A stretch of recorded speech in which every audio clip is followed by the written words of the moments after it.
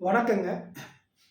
பிருகநந்தி நாடியில கிரக சேர்க்கைக்கு நம்ம பலன் பார்க்குற மாரி, ராகு கேதுனுடைய மிட் பாயிண்ட்டுக்கு நம்ம பலன் பார்ப்போம்.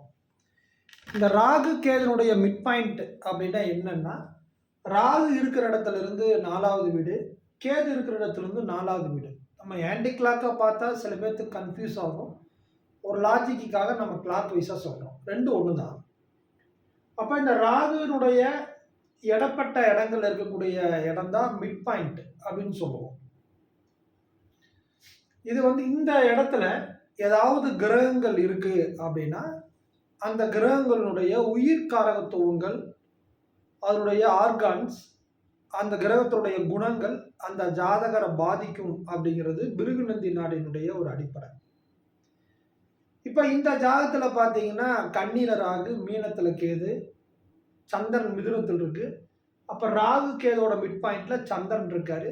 குறிப்பா ராகுவோட தாக்கம் இவங்களுக்கு அதிகமா இருக்குன்னு நம்ம எடுத்துக்கலாம்.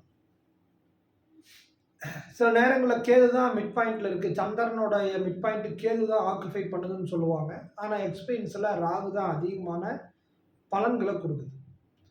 இப்ப இவங்களுக்கு பார்த்தீங்கன்னா, இந்த ஜாதகருடைய தாயாருக்கு ஒரு எக்ஸ்ட்ரானரி எனர்ஜி கோயிலுக்கு போகும்பொழுது அவங்க ஒரு சாமி ஆடுதல்ன்னு சொல்லுவாங்க. ஒரு உணர்வுகள் மூலியமாக சாமி ஆடுற பழக்கங்கள் வந்திருக்கு. இவங்க ஃபேமிலியில ஒரு சில ப்ராப்ளங்கள் ஏற்படும் பொழுது, மென்டலி டிஸ்டர்பன்ஸ் ஆகி, நெறைய தூக்க மாத்திரை சாப்பிட்டுர்றாங்க, ஒரு காலகட்டங்கள்ல. அப்ப இந்த ராகு, கேதுவோட மிட் பாயிண்ட்ல இருக்கக்கூடிய கிரகத்துடைய உயிர் காரகத்துவங்கள் அங்க பாதிக்குதுன்னு எடுத்துக்கலாம். அந்த சந்திரன்னா மனசு.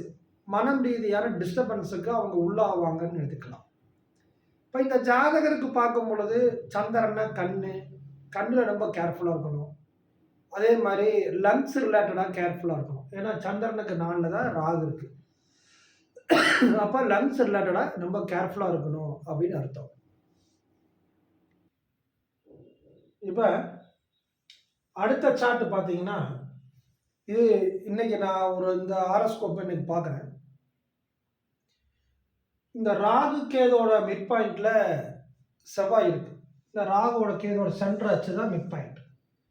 கேதுனுடைய 4வது வீடு, ராகுவோட 4வது வீடு, கேதுவோட 4வது வீடு. இந்த சென்டர் பாயிண்ட்ல இருக்கக்கூடிய கிரகங்கள்லாம் எஃபெக்ட் ஆகும்.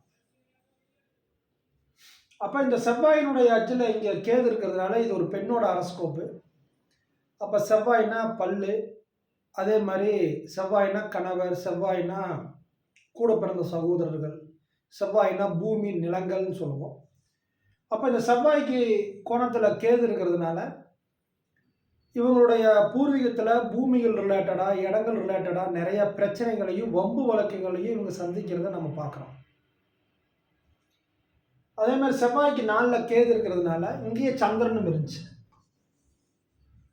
அப்ப இவங்க வீட்ல ரத்த சம்பந்தப்பட்ட உறவுகள், இவங்க எல்லாத்துக்குமே சாமி ஆடக்கூடிய பழக்கங்களோ, அல்லது கோர்ட்டு வழக்குகள் சம்பந்தப்பட்ட பிரச்சனைகள் அதிகமா இருக்குதான்னு கேட்கிறேன். ஆமா அப்படிங்கிறாங்க. அப்ப அதே மாரி செவ்வாய்க்கு கோணத்துல கேது, கணவருக்கு அடிக்குறுக்க கீழ விழுகிறது, சில காயங்கள் ஏற்படுறது, இந்த மாரியான தன்மைகளும் இங்க பிரதிபலிக்கிறத நம்ம பார்க்குறோம். இந்த ஹாரோஸ்கோப் பாருங்க. இது ஒரு ஆணோட ஹாரோஸ்கோப். இங்க ராகு, கேதுனுடைய மிட் பாயிண்ட்ல வந்து 2 ஏரியாக்கள் வரும். ஒண்ணு வந்து பார்த்தீங்கன்னா, கும்பமும், சிம்மமும் ராகு, கேதுவோட மிட் பாயிண்ட்ல வரும். அப்ப இதுக்குள்ள இருக்கக்கூடிய கிரகங்கள் அதோடைய காரகத்துவங்கள பாதிக்கும். இதுதான் நம்மளோட லாஜிக். அப்ப இங்க செவ்வாய் இருக்கு. இது ஆணோட ஜாதகம். பார்த்தீங்கன்னா சேம் டிகிரி. இதுல வந்து பாகையும் நம்ம செக் பண்ணிக்கணும். குறைந்த பாகை. ரொம்ப க்ளோஸ் கன்ஜங்ஷனா இருந்தா பாதிப்பு அதிகம். ராகு, கேது மிட் பாயிண்ட்ட தாண்டி இருந்தா பிரச்சனை இல்ல. இப்ப ராகு 16 டிகிரி, இங்க செவ்வாய் 16. இதுக்கு பதிலா இதுல ஒரு 19, 20 அப்படின்னா பிரச்சனை இல்ல. 10லிருந்து 16க்குள்ள இருந்தா அது அதிகமா ரொம்ப க்ளோஸா இருக்குதுன்னு அர்த்தம். இவருக்கு பார்த்தீங்கன்னா, 4 முறை கீழ விழுந்திருக்காரு. 2 முறை கையால் அடிபட்டு, கையால் உடைந்து கட்டு போட்டுருக்காங்க. அதே மாரி பூர்வீகத்துல வழக்குகள் சம்மந்தப்பட்ட பிரச்சனை இன்னைக்கு இருக்கு. பூமியினால வரக்கூடிய பிரச்சனைகள் இன்னைக்கு இருக்கு. அதே மாரி இந்த செவ்வாய் இவருடைய உடன்பிறப்புக, மாமன், மச்சான் இவங்களோட சில பிரச்சனைகளையும் இவரு ஃபேஸ் பண்ணிட்டு இருக்காரு. அது காரணம் இந்த செவ்வாய்ங்கிற காரகத்துவம் ராகு கேதுனுடைய அச்சு அப்படின்னு சொல்லுவோம். அதுக்கு பேர் மிட் பாயிண்ட்னு சொல்லுவோம். அதில் இருக்கிறதுனால வந்த விளைவுகள். இப்ப இதுலயே ஜீவக்கோள் மாட்டுச்சுன்னா என்ன அப்படின்னு பார்க்கணும்.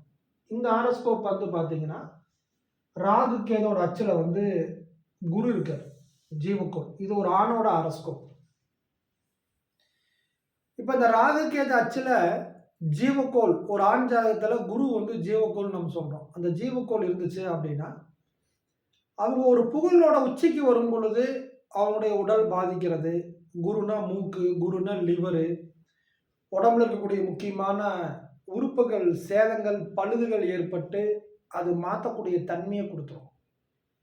அப்ப இவரு வந்து இந்தியால இவர சொன்னா எல்லாத்துக்கும் தெரியும். ஒரு துறையில ரொம்ப பிரபலயமா, ரொம்ப ஃபேமஸா வந்துட்டு இருந்தாரு.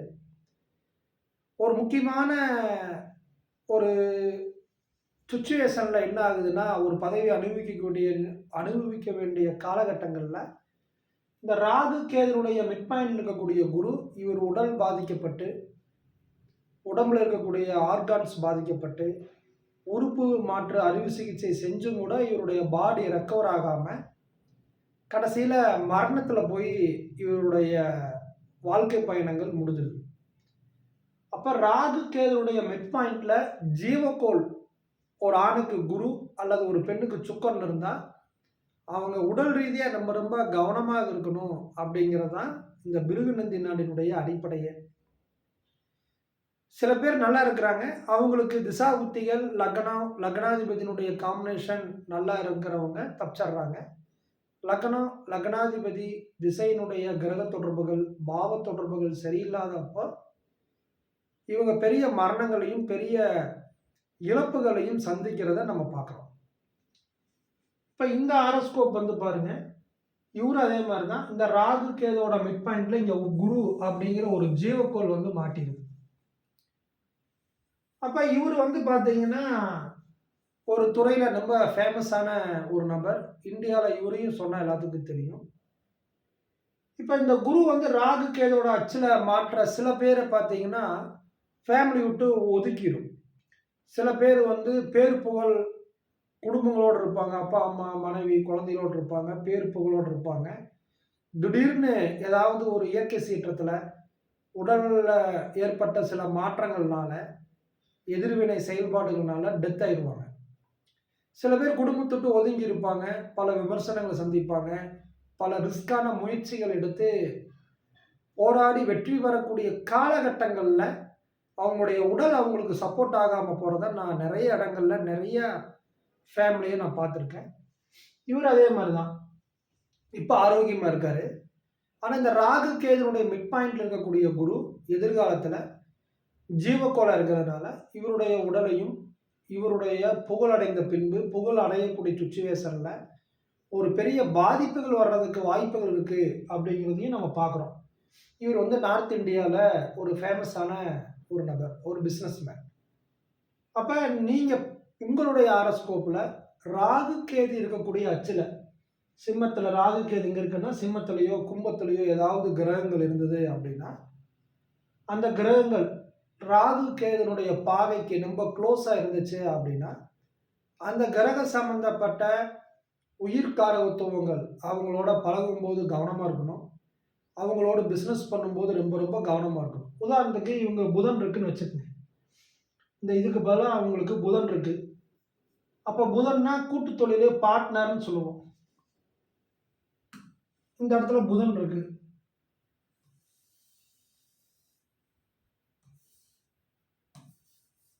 புதன் இருக்குதுன்னா, அந்த ராகு கேதுவுடைய மிட் பாயிண்ட்ல அங்க புதன் வந்து உள்ள வந்துருது. அப்ப இந்த இடத்துல புதன் வந்து ராகு, கேதுவோட மிட் பாயிண்ட்ல இருக்காரு அப்படின்னா, இவங்க வந்து பார்ட்னர் கூட்டு தொழில்ல ரொம்ப ரொம்ப கேர்ஃபுல்லா இருக்குன்னு அர்த்தம். அவங்களோட பண வரவு செலவு பண்ணும்போது கவனமா இருக்கணும்னு அர்த்தம். இதே இந்த இடத்துல வந்து சுக்கிரன் வருது அப்படின்னா, அது ஒரு பெண்ணோட ஹாரோஸ்கோப்பா இருந்ததுன்னா, அவங்க உடல் ரீதியாவே கவனமா இருக்கணும். ஒரு ஆணோட ஹாரோஸ்கோப்பா இருக்கு அப்படின்னா, அவங்க சகோதரிக்கு, மனைவிக்கு, மகளுக்கு அவங்களோட ஹாரோஸ்கோப்ல யாருக்கெல்லாம் சுக்கிரன், ராகு, கேதுவோட சம்பந்தங்கள், சனியோட பார்வைகள் இருக்கோ, அவங்கலாம் நிச்சயமா பாதிக்கப்பட போறாங்கன்னு அர்த்தம்.